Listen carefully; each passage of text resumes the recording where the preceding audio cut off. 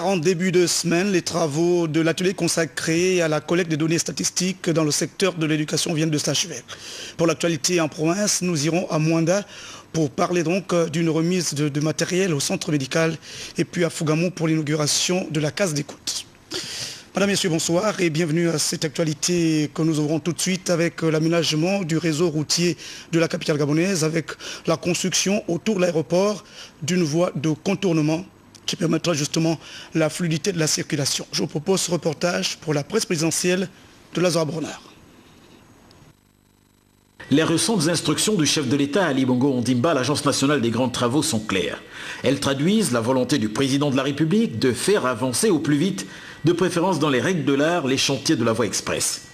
Ces aménagements sont retenus par le chef de l'État pour fluidifier davantage la circulation sur notre périphérique et lui redonner le caractère express qu'il a perdu depuis lors, à savoir route à grande circulation. Le président de la République, qui a opté pour une présence dominicale loin des caméras sur les chantiers, se félicite de l'état d'avancement des travaux de certains lots. C'est le cas de la bretelle d'accès au lycée d'État sans passer par le carrefour Camp de Gaulle. L'ouvrage est en exécution. Bordures et canaux d'assainissement ont été construits. Cette initiative, au-delà de la seule voie pour la CAN 2012, permet de désenclaver les habitations environnantes et favoriser l'accès des populations à un certain nombre de services. Et notamment dans le cadre de la ville, il est d'abord important de s'adresser au problème de voirie urbaine, d'avoir de bons tracés et au cours d'avec ces tracés-là pouvoir amener tout ce qui va avec les connexions, que ce soit en électricité, en eau et aussi pensant aux nouvelles technologies. Bon, donc nous avons des fois, on n'a pas toujours fait cette chose-là. Nous avons souvent vu des gens venir s'installer, des maisons construites là où il ne fallait pas. Donc il faut que nous comprenions tous qu'il y a un moment, il faut qu'on s'ordonne. Maintenant, vous avez déjà vu depuis maintenant plus d'un an un certain nombre de chantiers, de routes qui ont commencé dans Libreville. Certaines sont des routes anciennes que nous avons rendues carrossables, goudronnées. C'est un travail qui va se poursuivre de manière à ce que nous puissions rendre la circulation beaucoup plus fluide pour Libreville. Cette voie, dite de contournement de l'aéroport de Libreville, évite aux usagers de la route en partance d'Alibandin de subir l'attente du carrefour Camp de Gaulle.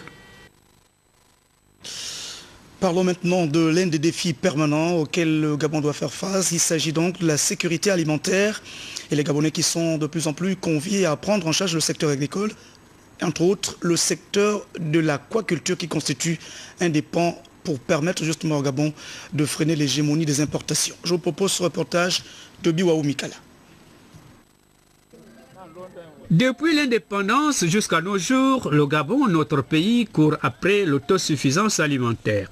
Pour preuve, les 3/4 d'aliments que nous consommons viennent de l'extérieur. Et pourtant, ce ne sont pas les opportunités qui font défaut pour vaincre le signe indien. Il y a lieu de citer par exemple l'aquaculture qui peut contribuer à n'en point douter à la sécurité alimentaire et lutter efficacement contre la pauvreté en procurant des avantages lucratifs. Un message relayé par le ministre de l'Agriculture. Ce qu'on voulait aujourd'hui, c'est que les gens voient que la technique d'aquaculture est maîtrisée ici à l'heure actuelle, que c'est une technique qui permet d'avoir une grande production de poissons.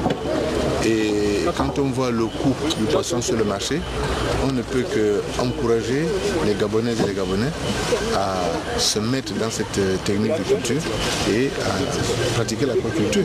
Parce qu'à la fois c'est une source de revenus et c'est une activité tout à fait intéressante. C'est le message que nous lançons. Toutes les provinces peuvent pratiquer l'aquaculture. Il suffit qu'il y ait de l'eau et le reste est une question de technique d'élevage. Les espoirs de tout le pays reposent donc sur les jeunes, les promoteurs privés et les associations pour s'approprier ce projet phare. La Direction générale de la pêche et de l'aquaculture est prête à assurer l'encadrement, la formation et l'assistance technique.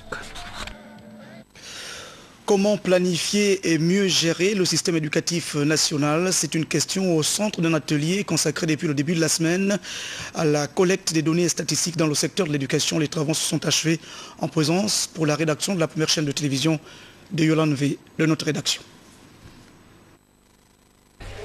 Absence de données statistiques fiables à ce jour dans le secteur éducatif, un véritable handicap dans la planification des politiques en matière d'éducation ainsi que leurs évaluations et suivis. C'est fort de ce constat que les instances supérieures de ce secteur ont jugé opportun d'organiser cet atelier de remplissage du questionnaire statistique, initié à l'intention des chefs d'établissement des préprimaires, primaires, secondaires et supérieurs. La rencontre vise le renforcement des capacités des acteurs du système éducatif appelés à fournir les données statistiques à travers le remplissage des questionnaires. 3 jours durant, les participants se sont familiarisés avec les données de gestion et de planification du système éducatif national. Le questionnaire statistique est un élément important, comme mon collègue l'a dit, parce qu'il sert à la décision. Et de ce côté-là, nous pensons que le travail que nous allons faire permettra justement aux autorités de prendre des décisions concernant non seulement ces établissements de Libreville, mais également de l'intérieur du pays. C'est tout notre vœu et nous pensons que, encore une fois, les autorités ont bien pensé. Une expérience originale que le directeur général des statistiques aimerait voir renouvelée. Nous sommes convaincus qu'on assurera la garantie de la qualité des données recueillies auprès des chefs d'établissement. Par ailleurs, nous procéderons bien sûr à l'analyse minutieuse des insuffisances constatées, mais il semble évident que la faible mobilisation des chefs d'établissement provient surtout d'un défaut de communication. En clôturant les travaux du dit atelier, le secrétaire général adjoint a tenu à féliciter les participants pour le sérieux, la compétence et la volonté de réussir qui les a animés tout au long de cette campagne de collecte de données. Je suis persuadé que les données qui sont issues de la présente enquête seront utilisées à bon escient par nos administrateurs et planificateurs parce qu'elles sont de bonne facture et en vue de l'émergence de l'école gabonaise. Nous savons compter désormais sur la volonté que manifeste l'ensemble des Gabonaises et des Gabonais pour penser ensemble les mots qui minent le fonctionnement de notre système éducatif. Espérons que les conclusions de cet atelier aboutiront à la mise en place d'un système fiable de gestion et de planification des politiques relatives au secteur éducatif. Au ministère de la Santé, les autorités tentent de cerner une nouvelle vision dans le cadre de la tâche infirmière. C'était même l'objet d'une rencontre entre les étudiants stagiaires de l'Institut de formation et d'action sociale et sanitaire et les personnels du ministère de la Santé, mais aussi du centre hospitalier de Libreville. Je vous propose ce reportage de Rodrigue Tessamwanga. Généralement reproché d'être insensible dans certains cas d'urgence, l'infirmier d'aujourd'hui doit pouvoir dépasser le stade de simple technicien. La vision des responsables de l'INFAS, relayée ici par les étudiants stagiaires, milite pour une nouvelle pratique du métier. Nous appelons maintenant le malade client, parce que tous les intérêts de l'infirmier se trouvent autour du malade. Et ensuite, dans le malade, nous ne voyons plus la logique entre infirmier et malade directement. Nous voyons plutôt une logique qui inclut non seulement le malade, mais encore la famille et la communauté. Parce que si nous voulons être efficaces, il faut qu'on tienne compte de l'entourage du malade. Insufflée par les plus hautes autorités de notre pays, cette vision intègre le processus des réformes engagées dans le secteur de la santé. Si nous sommes arrivés jusqu'à ce niveau, c'est parce que le gouvernement a accepté cette manière de faire. Le président de la République venait de promulguer la loi portant création de l'INFAS. Et vous vous rappelez qu'au dernier conseil des ministres de l'an dernier, le gouvernement de la République avait pris une résolution, c'est celle de nous permettre d'aller, permettre au monsieur le ministre de la Santé d'aller au Québec pour signer les protocoles d'accord pour que les Canadiens puissent nous accompagner. Si des thèmes comme le deuil et les pratiques infirmières ont édifié, il n'en demeure pas moins que le comportement de l'agent infirmier devant le patient illustre sa vocation. Il serait souhaitable que nous ayons des séminaires afin d'être à la hauteur de la dimension actuelle, c'est-à-dire la démarche infirmière qui demande la pratique d'associer et le client et la famille et l'entourage. Pour que la responsabilité de la tâche suscite un changement de paradigme, la théorie doit nécessairement faire place à la pratique, afin que le but visé par ces rencontres pédagogiques soit véritablement atteint. Et l'association humanitaire Sourire France-Afrique, qui fait œuvre utile à travers un don au centre médical d'Ntoum, en périphérie sud de la capitale gabonaise, était témoin de la rédaction Yves-Justin Mitumba et Serge Nzengue Mabila. Le bien-être des populations gabonaises passe par l'implication de tous. L'affirmation vient d'être partagée au centre hospitalier de Ntoum, où les responsables de l'association humanitaire Sourire France-Afrique, basée en France, viennent de remettre un don important composé de lits, matelas et chaises roulantes au service de santé du Komo-Monda. Geste effectué en présence des autorités politico-administratives de la localité. Les seules motivations, en fait, c'est simplement le côté humaniste qui nous permet de nous investir complètement par rapport à des actions humanitaires. Donc, le Gabon étant mon pays d'origine, bien évidemment, je privilégie le Gabon par rapport aux différentes actions. L'acte, bien que ponctuel, arrive, il faut le dire, au moment où les conditions d'accueil et de travail du centre hospitalier de Ntoum se dégradent de jour en jour, en raison des nombreuses sollicitations dues très certainement à l'extension de la ville et à l'augmentation démographique dans le département. Cet acte vient confirmer une fois de plus l'intérêt que vous accordez aux problèmes de santé dans le département.